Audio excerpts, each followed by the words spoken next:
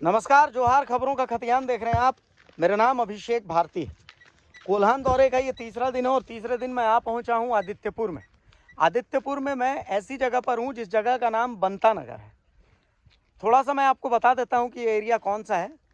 तो मैं अगर आपको थोड़ी तस्वीरें दिखाऊंगा तो आप देखिए मेरे पीछे आपको कुछ बिल्डिंग्स नज़र आएंगी। आप थोड़ा सा गौर करेंगे तो आप देखिए कि ये जो बिल्डिंग्स आपको नज़र आ रही हैं ये एनआईटी जमशेदपुर की बिल्डिंग है और एनआईटी जमशेदपुर के बिल्कुल पास में हो। थोड़ा सा और ध्यान देंगे तो आपको बहुत दूर में एक नदी नज़र आ रही है। ये खरकई नदी है। खरकई नदी के किनारे ये वार्ड नंबर 30 है। और अब मैं आपको कुछ दिखाता हूँ। आप मेरे पीछे की इन तस्वीरों को देखिए। मेरे पीछे की इन तस्वीरों को जब आप देखेंगे तो आपको यहाँ कुछ कंस्ट्रक्शंस नज़र आएंगे। थोड़ा गौर से देखिए, ये कंस्ट्रक्शंस नज़र आएंगे, आधे अधूरे कंस्ट्रक्शंस। अब जब मैं कहूँ कि आपको कि ये ज़मीन कौन सी है, असल में इस ज़मीन के कागजात किसी के पास नहीं है। ये एक आनाबाद बिहार सरकार ज़मीन है। आनाबाद यानी एक ऐसी ज़मीन जिस पर आबादी नहीं हो सकती है, लेकिन इस ज़मीन पर लगातार कंस्ट्रक्शन चल रहा है। और सबसे आश्चर्य की बात यह है कि ये ज़मीन कभी मसना हुआ करती थी। मसना मतलब समझते हैं? मसना यानी कि एक ऐसी जगह जहाँ पर सरना धर्मावलंबियों की मृत्यु के बाद इनको यहाँ पर दफनाया जाता था।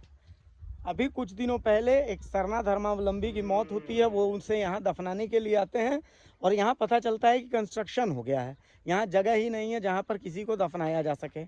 आखिर इन ज़मीनों को कैसे बेचा जा रहा है, कौन बेच रहा है इन ज़मीनों को? इन ज़मीनों की रजिस्ट्री हो भी रही है या नहीं हो रही है?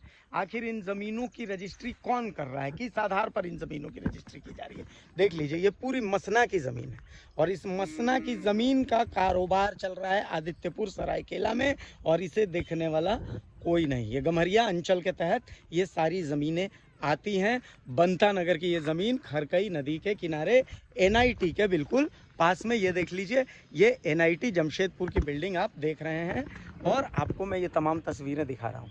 ज़मीन का ये कारोबार आखिर कौन कर रहा है, ज़मीन कैसे बिक रही है, कौन बेच रहा है इन ज़मीनों को? ये ज़मीनें बिक तो नहीं सकती। मसना की ज़मीन आखिर कौन बेच रहा है? ये तमाम तस्वीरें आपके सामने हैं।